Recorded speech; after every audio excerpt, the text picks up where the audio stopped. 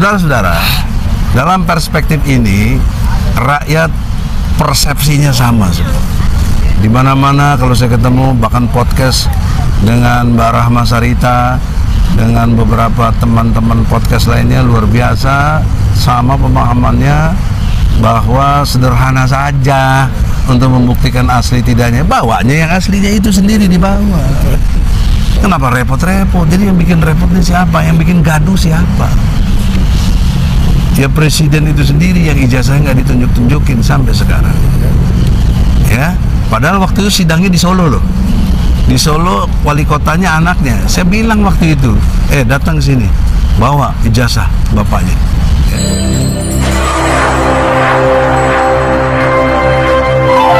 Sekarang kontak ijazah palsu dulu deh. Saya sidang sampai menghadirkan 30 orang saksi, bos.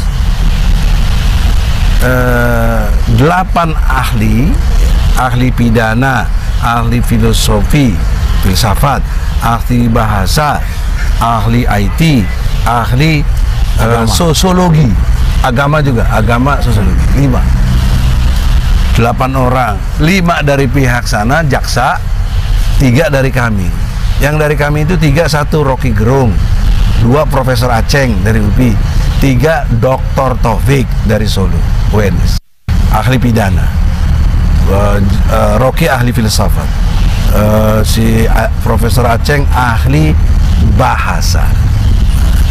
Dari mereka 5. Kemudian saksi fakta ada 22. Siapa saksi fakta? Kepala sekolah, SD, SMP, SMA, wakil OSIS, waktu Jokowi sekolah, teman sekelas, teman bermainnya, dan lain sebagainya. 1 SMA. Nah, pertanyaan saya satu kepada semua ahli itu tadi. Dan fakta. Apakah kalian mengetahui ada ijazahnya Jokowi? Celingak-celinguk. Oh ada, Jokowi pokoknya sekolah. Kan yang saya tanya bukan sekolah, ijazahnya ada nggak? Gitu ya.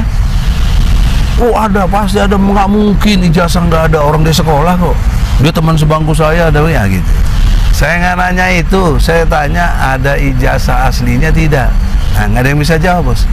Atau setidaknya ada yang pernah lihat, diperlihatkan sama polisi, diperlihatkan sama jaksa. Ada nggak waktu di BAP? Enggak, katanya. Semua jawab enggak, bos. Semua jawab enggak. Nah, pertanyaan seriusnya, berdasarkan pasal 143 KUHAP, bahwa dakwaan jaksa mesti lengkap, 1, 2 mesti cermat, 3 mesti jelas. Bila dakwaan jaksa tidak lengkap, tidak cermat, tidak jelas, maka ayat 23-nya itu mengatakan untuk dibatalkan demi hukum oleh hakim. Jadi gimana Pak Ahmad? Malah hakim justru menghukum Gus Dur, menghukum Bambang Tri.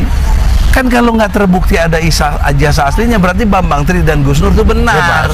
Gimana sih logika hukumnya? Betul Pak ya? Antum ditanya, aku tanya, mana SIM lu? Mana SIM? Keluarin nggak?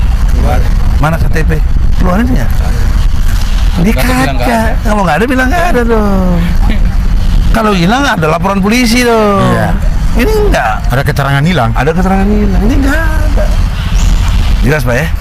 Jadi sebenarnya sederhana, tidak rumit, tidak perlu profesor doktor, mesti nggak perlu tuh. Orang coba ditanya mana ijazah asli, kan tinggal tunjukin ini. Ini asli. Berarti yang kamu bawa Bambang Tri itu yang dituduh-tuduhkan pada saya itu bohong. Ini asli. Bohong ya. Nah, pantas Bambang Tri dihukum.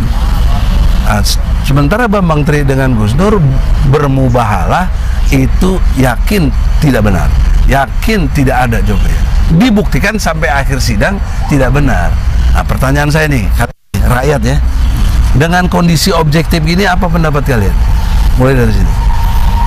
Mulai dari saya ya, kalau yang cerdas, jelas, pendapat objek saya ya seharusnya Bambang Tri dengan Gus Nur tidak dihukum, bebas demi hukum, karena segala yang dituduhkan tidak terbukti, dan apa yang diminta oleh persidangan dan tim kuasa hukum Bambang Tri tidak dihadirkan. Untuk menghadirkan ijazah aslinya tidak pernah dihadirkan. Berarti benar-benar palsu dong. Jadi, berakibat hukum apa? berakibat hukum berarti batal demi hukum untuk Bambang Tri dengan Gus Nur Untuk mendakwa, untuk mendakwa, apalagi menuntut, apalagi menghukum. Berarti tetap dihukum gimana hakimnya itu? ya hakimnya udah menyalahi aturan, dan ini karena ya melawan penguasa, itu jelas. Iya. Oke, jelas. Pak Ahmad, apa pendapatnya? Pak Ahmad. Singkat, jelas. Agar ketiga. Pendapat saya apa ya? Jadi apa ya?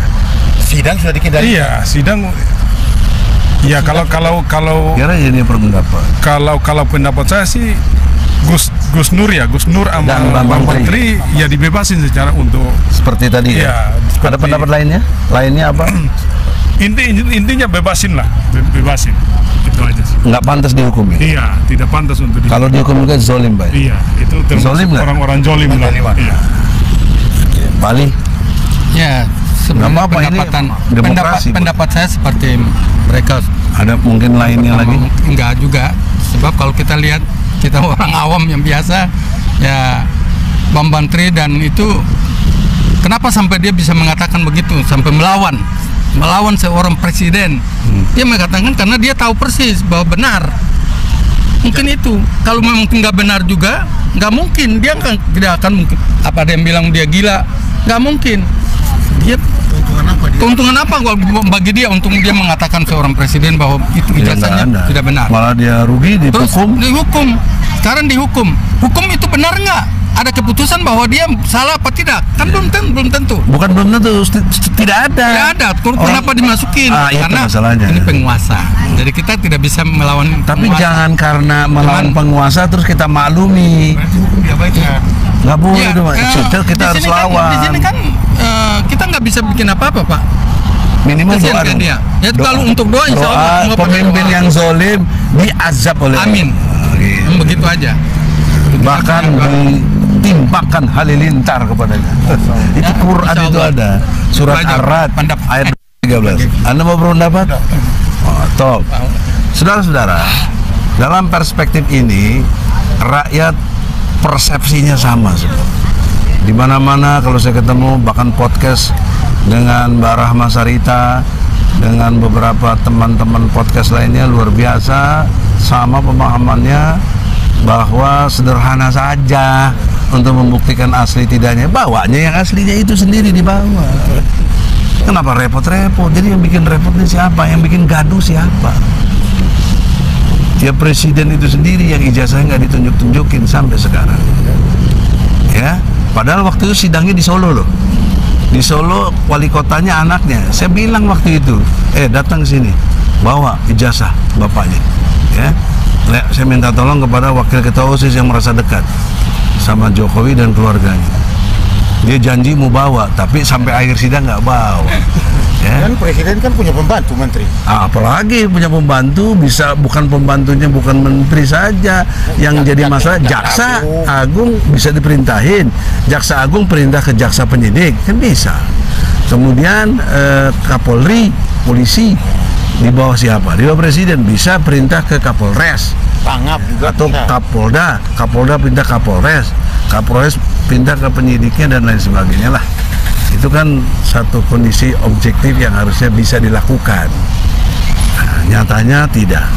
Itulah drama yang terjadi tentang ijazah palsu.